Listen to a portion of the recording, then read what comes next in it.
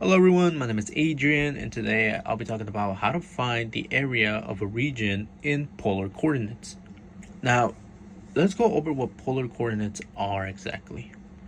In rectangular coordinates, or what we often call the XY plane, we describe points using horizontal and vertical distances, which is what we all know as X and Y. But in polar coordinates, instead of X and Y, we describe points using two new values: r, which tells us how far a point is from the origin, and theta, which tells us the angle measured from the positive x-axis. So each point in the polar coordinate will look something like this instead of x and y. Now, the formula that you guys are looking at is what we use to find the area of a region bounded by a polar curve. So let's dive a little bit deeper. The 1/2 comes from the geometry of how small slices of an area look in polar form.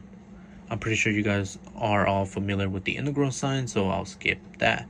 The term r squared represents how far out each piece of the region extends, basically the radius squared.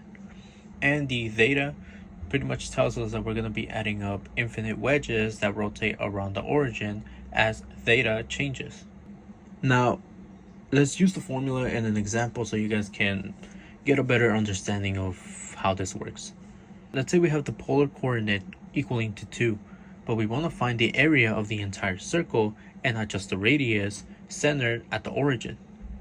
First, we need to identify our limits. Since a full circle goes all the way around once, that means our limits will go from 0 to 2 pi. Now we can plug them into our formula. Now we need to simplify the expressions inside our formula. We know that 2 squared equals to 4, and now that we have a 4, we can factor it out because it's constant. The integral of d delta from 0 to 2 pi is just 2 pi, since we are trying to find the total change in delta.